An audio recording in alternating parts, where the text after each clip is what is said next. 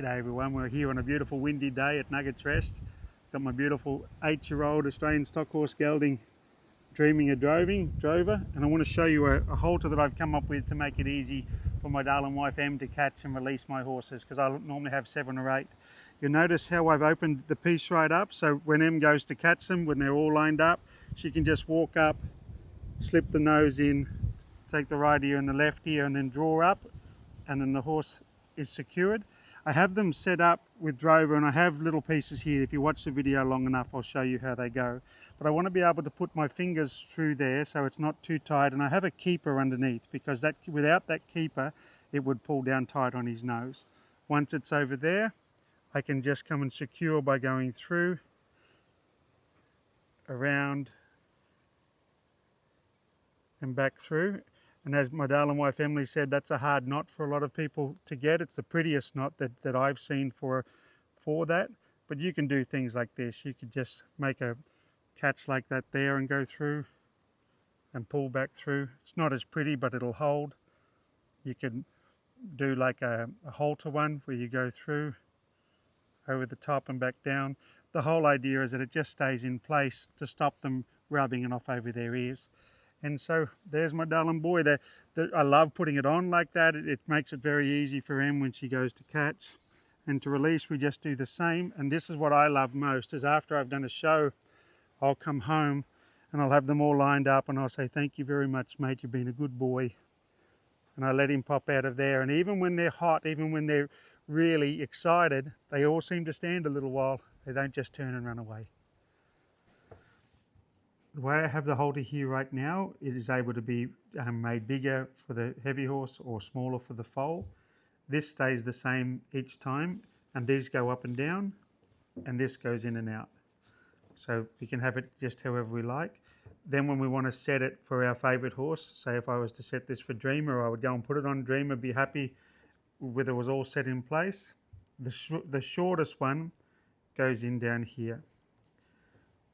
And I have the little loop on the end just to make it easy to be able to grab them. Because my fingers are strong, I take 2. Taking 1 would be fine. The biggest thing is that it goes through, whatever you take it through, it goes through both, and you pull that flat. And even under load, that's not going to slip through, so that's going to stay in position. And remember, we always want to have a little bit of gap between the horse's jaw and that there. These 2 ones are the same. So they go there, these 2 are the same. We take the top loop, gives us something to hold on to. And for this one, we only really need to take the 1 strand. And I go through, grab hold of that tab and pull it all the way through. And there's a little bit of setting up to it, but I find that if there wasn't any setting up, it wouldn't be as solid as a halter once it's made. So just like any of the things we put together, there has to be a little bit of work to do it, and then it's solid, and then I pull that all back in. That now is locked in place, they can't slip out. I do the same for the other side.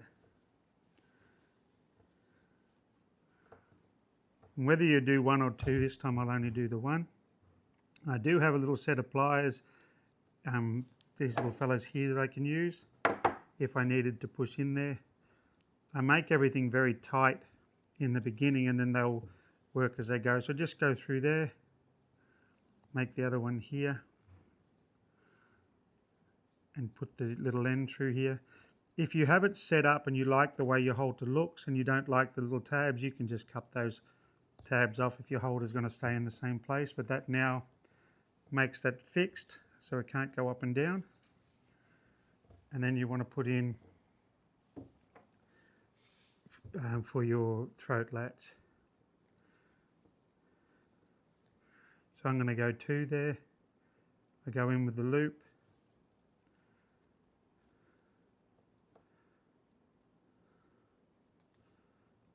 And as I say, you can always make it wider.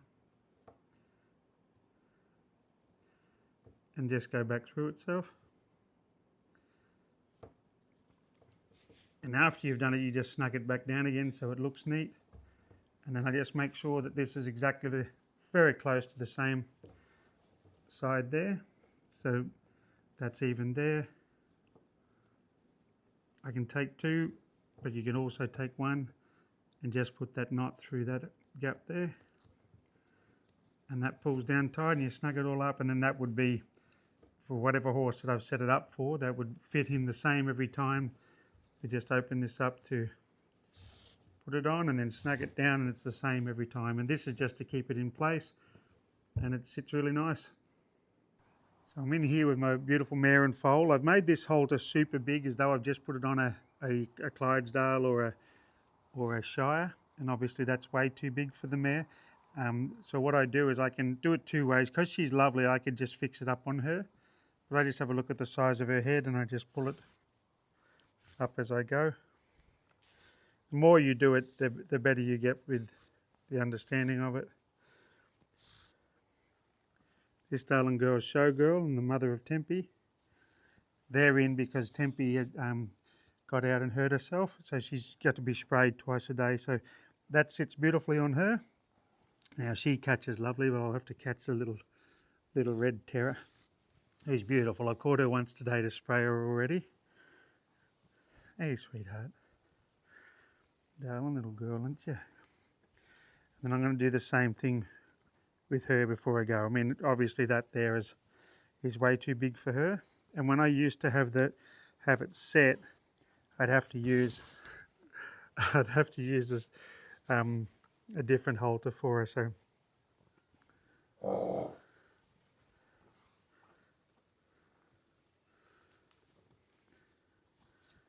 and so I can use the one halter for both, and I can just spray her and do what I need to, and then handle the mum, and I could go and catch whatever I need. So I just sit one of these on the front of my bike, and I only need the one halter to catch all my horses.